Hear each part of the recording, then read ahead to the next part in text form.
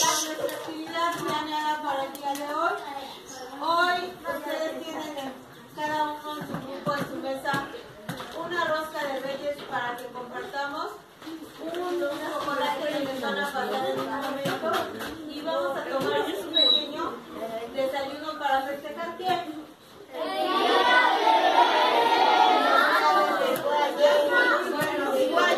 Vamos a agradecer a una persona que ustedes ya conocen, pero que ahorita don Crespo va a hacer el favor de hablar en su representación.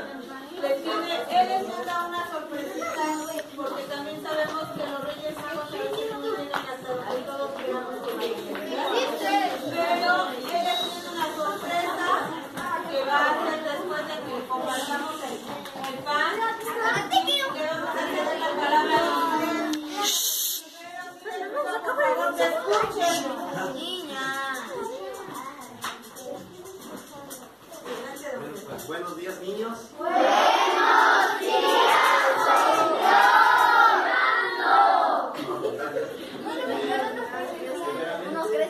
Darle gracias a Dios por la vida mía, de ustedes, de las maestras que nos acompañan aquí.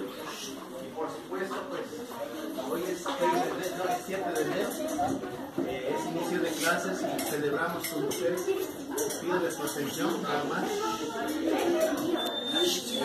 Hoy celebramos el Día de Reyes con ustedes.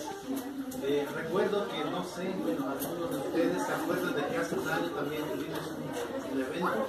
No sé si se acuerdan de una persona que yo les mencioné.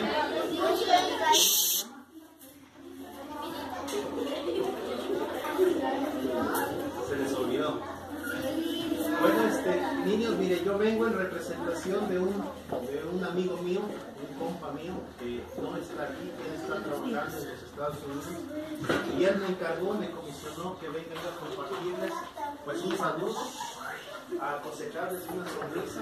Es una petición de él. Pues, no, es antes. Es el 7 de enero.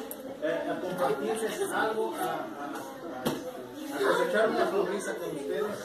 Él es de aquí, él es originario de aquí de la comunidad y él siempre ha participado, siempre nos ha apoyado en este tipo de eventos.